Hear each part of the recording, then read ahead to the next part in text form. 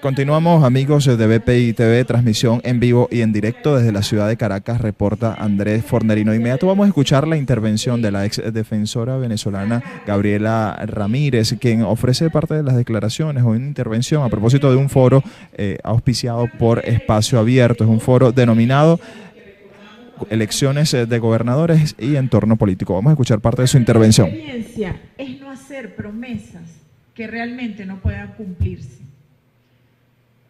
Y una de las circunstancias que tiene ahorita un gran nivel y que ha propiciado un gran nivel de desmotivación en el pueblo es la promesa incumplida de un proceso que no fue propiamente una elección, sino una consulta popular, y ocurrió el 16 de julio.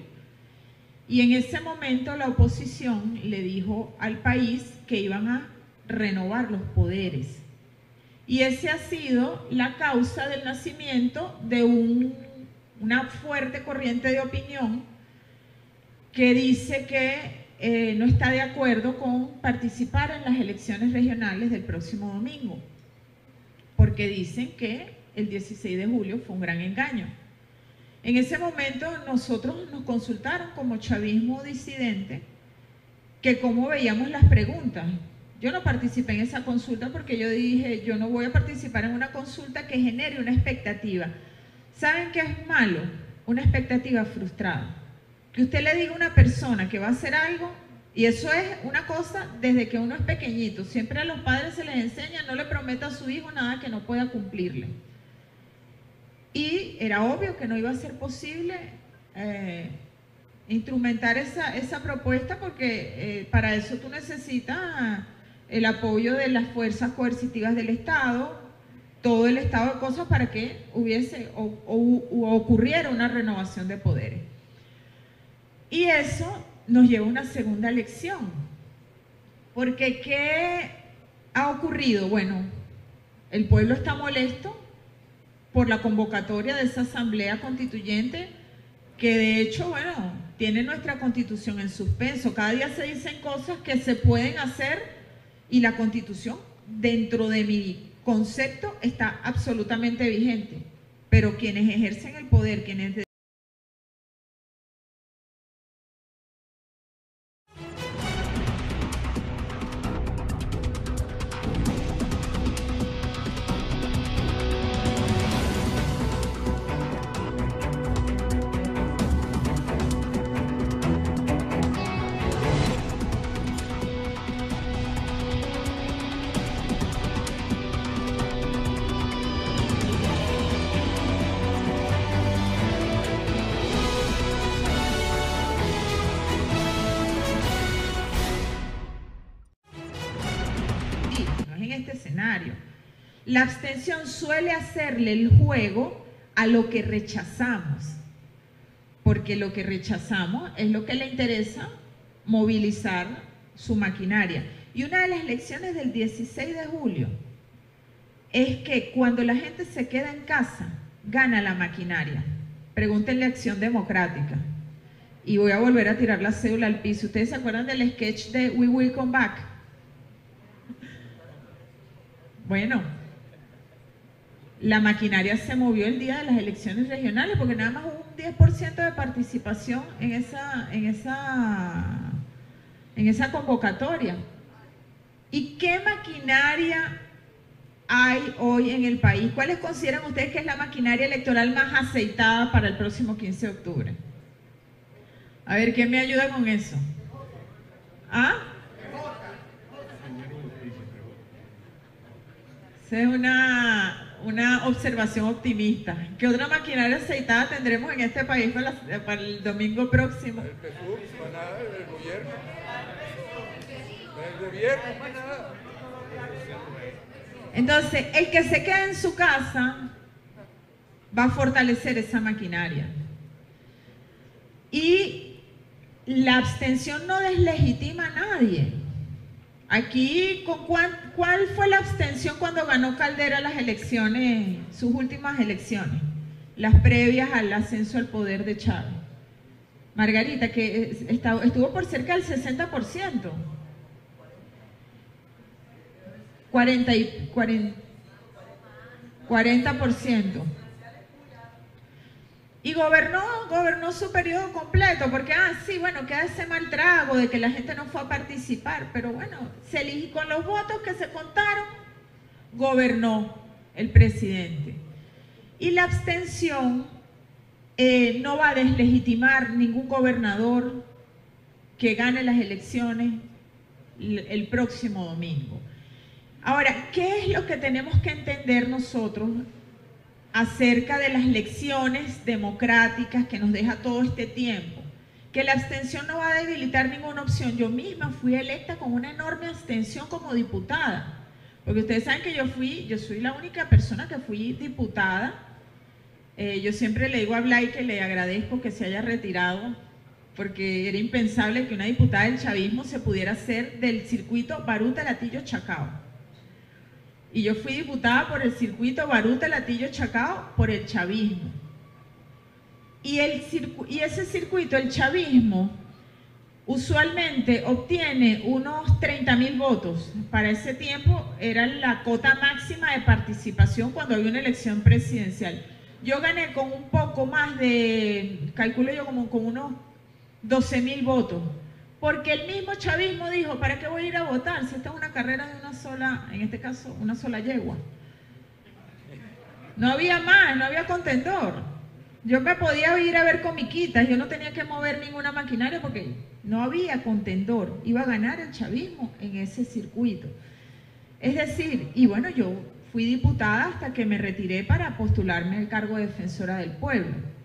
Entonces, esa forma de lucha yo no la comprendo, y no la comprendo además con mucho respeto de las personas que están defendiendo o que están enarbolando esta opción, porque no hay una opción activa. Lo único positivo, propositivo, proactivo es votar. No hay una opción que me diga a mí, yo he escuchado mucho acerca de la estrategia del coraje. El coraje no es mutuamente excluyente, o sea, si yo voto no tengo coraje. El voto es sinónimo de paz, pero el voto también es sinónimo de rebeldía. Y si masivamente nosotros mostramos nuestra rebeldía a través del voto, va a quedar plasmado en nuestra decisión. Y las personas que dicen que no se debe participar,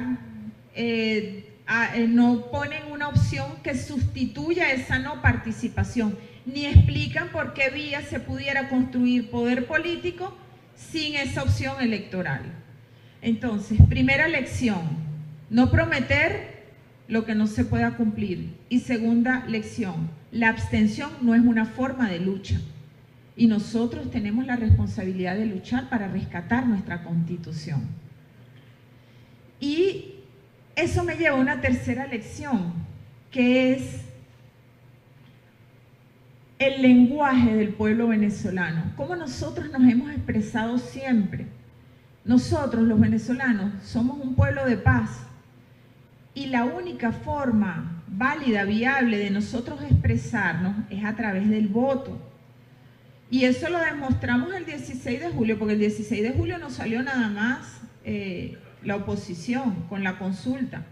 También salió el chavismo o el madurismo a apoyar la elección de los candidatos a la Asamblea Nacional Constituyente. Y había centros electorales muy cercanos y la gente estaba tranquila, feliz, cada quien en lo suyo, cada quien plasmando su voluntad. Entonces queda clarísimo que nosotros como pueblo, esa es la forma que nosotros tenemos de hacernos entender, de transmitir nuestra visión, nuestra manera de ver las cosas.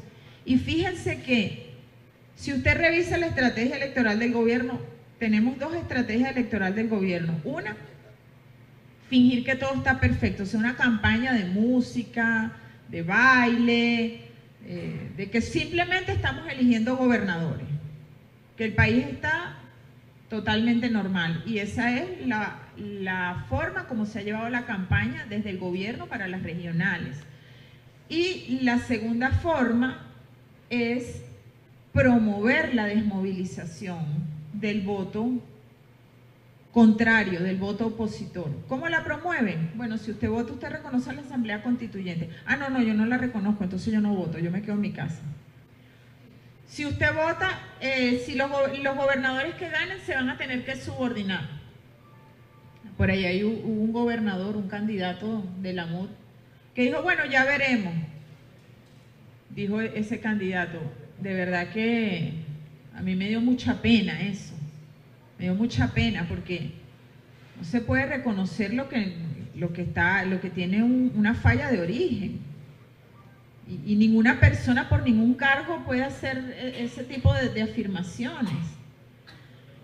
Y fíjense que si usted ve la estrategia proselitista, no es una estrategia, la estrategia proselitista es garantizar que en la medida de lo posible solamente se movilice mi maquinaria, es decir, que la otra se quede en su casa.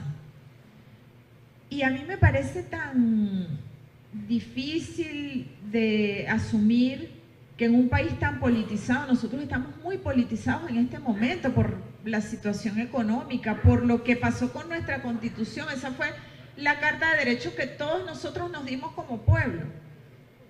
Y que nosotros nos quedemos en casa el único día que tenemos la posibilidad de ser contestatarios, de mostrar nuestro descontento con lo que está pasando. Eso sería, bueno, imagínense ustedes, perder la oportunidad de acudir a la conformación de un poder político, así sea a nivel regional. Y ese lenguaje que nos mostró el pueblo, que es la tercera lección de todos estos años de democracia, nosotros tenemos que comprenderlo muy bien y es lo que tenemos que promover, por lo menos desde la vanguardia, desde el liderazgo. Vamos a promover que la gente vote.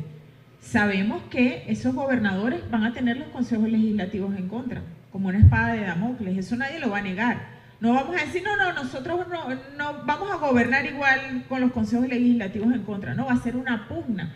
Pero nosotros tenemos la responsabilidad de generar esa contradicción.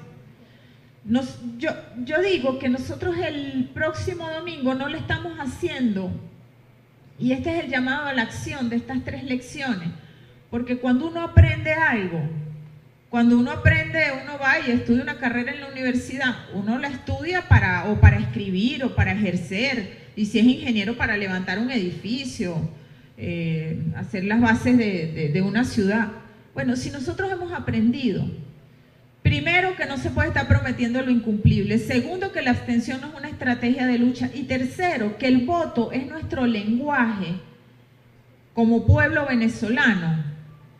Y lo hemos visto muchas veces, cuando la elección es vinculante, estoicamente la gente hace una cola y tú no sabes por quién va a votar el que está delante de ti, ni por quién va a votar el de atrás, pero tú estás ahí esperando 5 o 6 horas hasta que tú puedas colocar tu voto, cuando han sido elecciones multitudinarias, como fue el caso del revocatorio contra el presidente Chávez.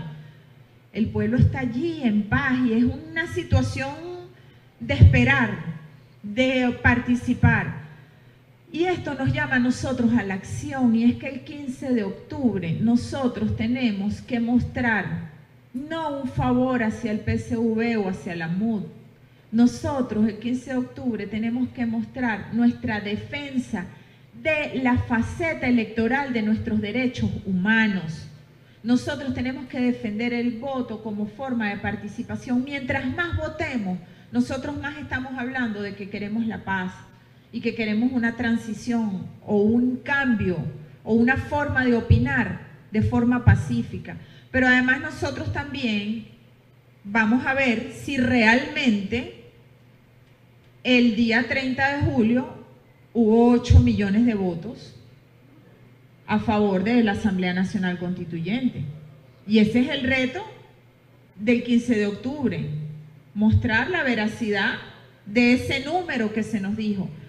Y además nosotros tenemos que mostrar la diferencia al defender nuestro derecho humano de participar electoralmente, plasmado en nuestra Constitución vigente, entre una elección corporativista, autoritaria, inconstitucional y opaca, de una elección constitucional, transparente, plural y con la participación y el apoyo de todo el pueblo venezolano. Esa es la diferencia que nosotros vamos a hacer con nuestro voto y que vamos a evidenciar el 15 de octubre. No es el favor a una opción u otra. Sería interesante las opciones que no están dentro de los polos, qué comportamiento se inclinaría hacia esas opciones. Aunque bueno, Margarita ha escrito bastante de esto, el venezolano o vota a favor o vota castigo, o vota en contra.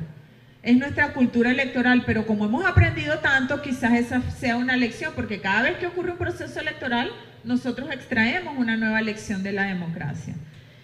Y para cerrar, yo les quiero comentar, como ustedes saben, la mayoría de mis estudios han estado nucleados en torno al tema de los derechos humanos.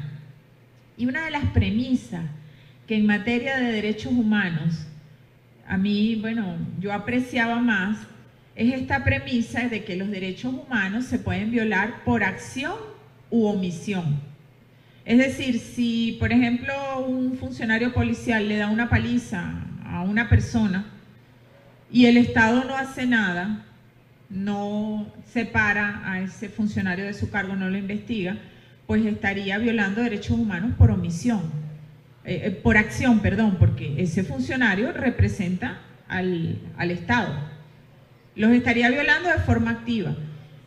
Y si, por ejemplo, hay una empresa que está envenenando un río y no se activa la legislación para defender la naturaleza, pues se estarían violando los derechos humanos por omisión.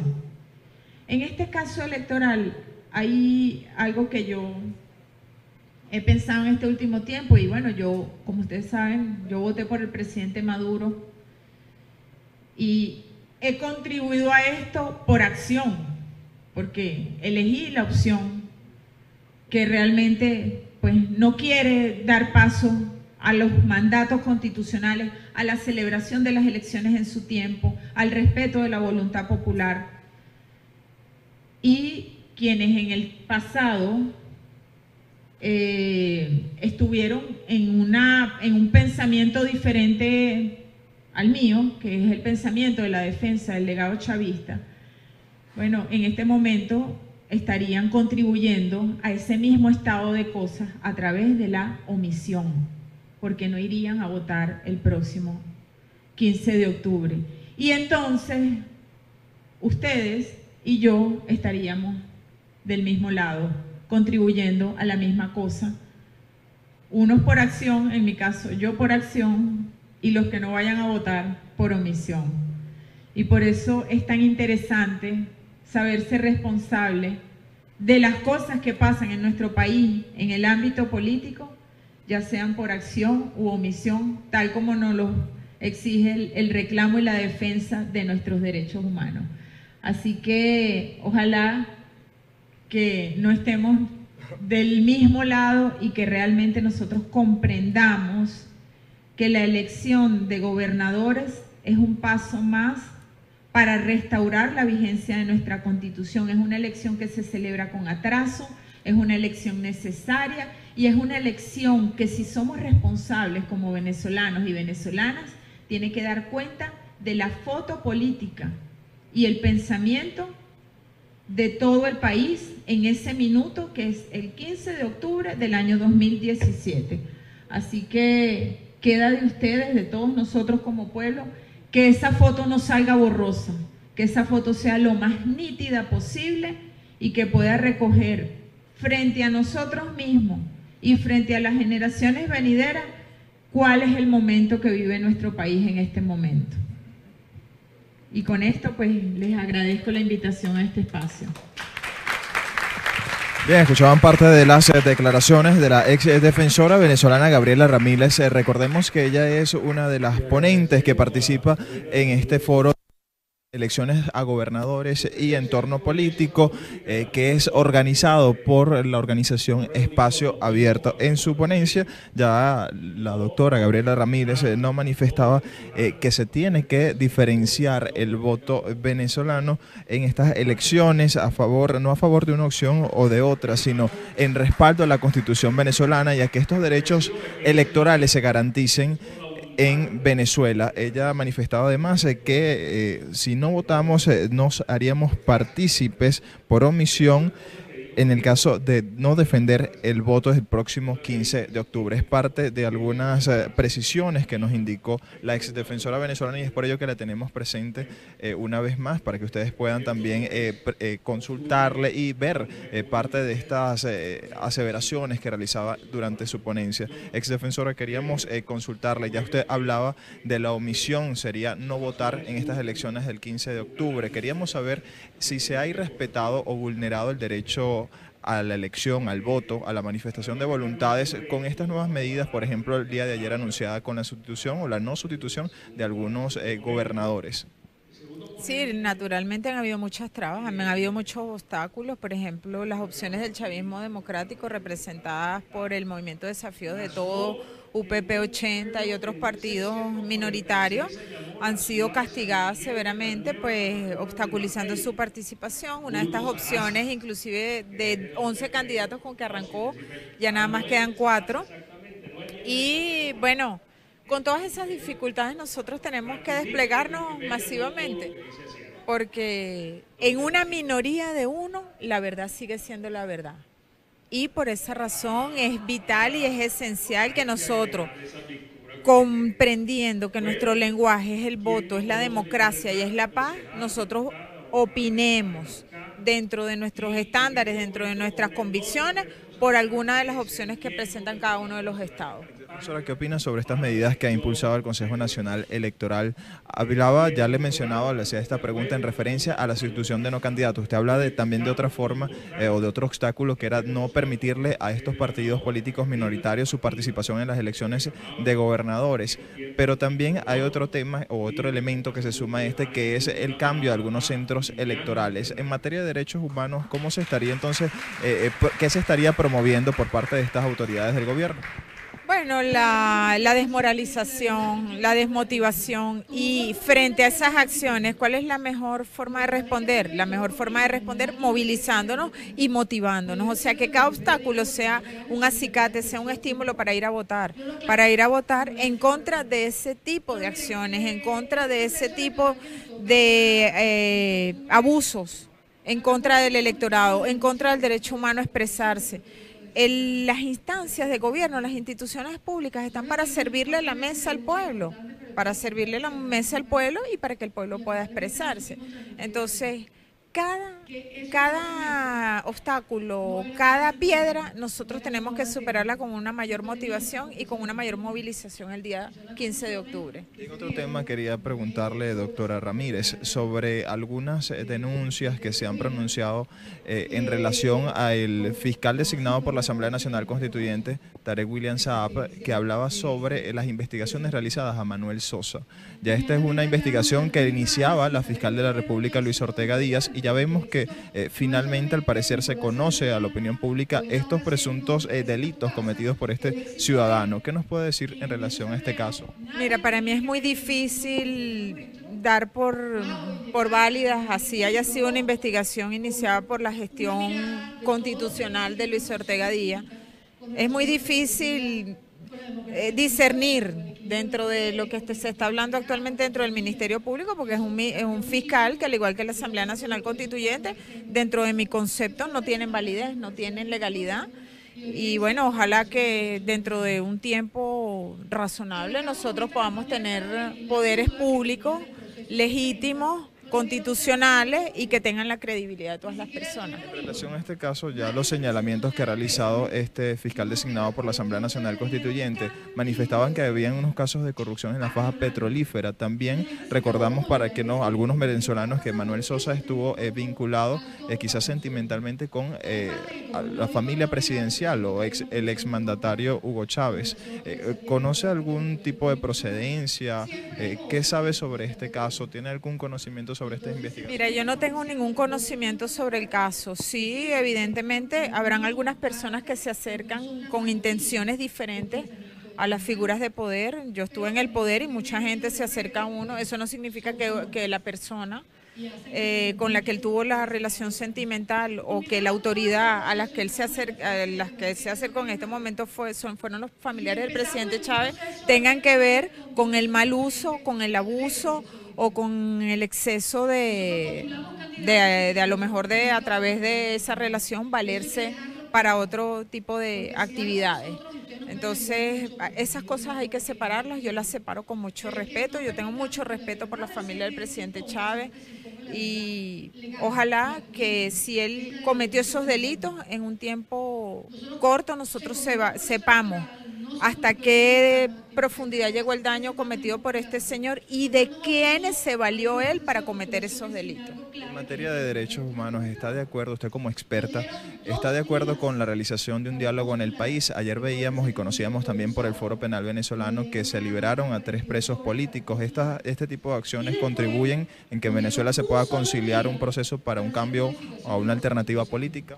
El diálogo tiene que ser utilizado para servirle al pueblo, no para poner en escena una derrota o una victoria de las partes en el diálogo. Y el diálogo también tiene que incorporar otros sectores, porque mientras el diálogo esté entre la MUD y el gobierno, eso se presta una gran cantidad de manipulaciones. Yo quisiera ver en ese diálogo a las madres de los niños que están hospitalizados, yo quisiera ver en ese diálogo a los sectores campesinos que tienen dificultades, quisiera ver en ese diálogo a los maestros de las escuelas, porque mientras ese diálogo sean unas corporaciones las que llevan ese diálogo, pues nosotros como país tendremos que ver ese diálogo como a muchos a veces lo veremos como un teatro y no lo veremos como una respuesta a las verdaderas necesidades sociales de nuestro país. ¿Se pueden devolver las competencias a la Asamblea Nacional Venezolana, devolverse las competencias a por lo menos a la fiscal de la República? ¿Eso es posible?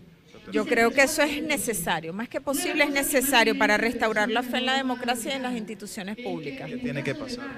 Bueno, tiene que haber la voluntad y la disposición y como te insisto, el diálogo no puede ser A y B, porque a lo mejor A y B no están representando los intereses amplios. No estoy dudando de que A y B vayan con sus agendas transparentes, no, sino que A y B no son voceros de todos nosotros. Y ahí, por ejemplo, un sector del chavismo democrático debería estar, en vez de estar siendo perseguido, debería estar en esa mesa.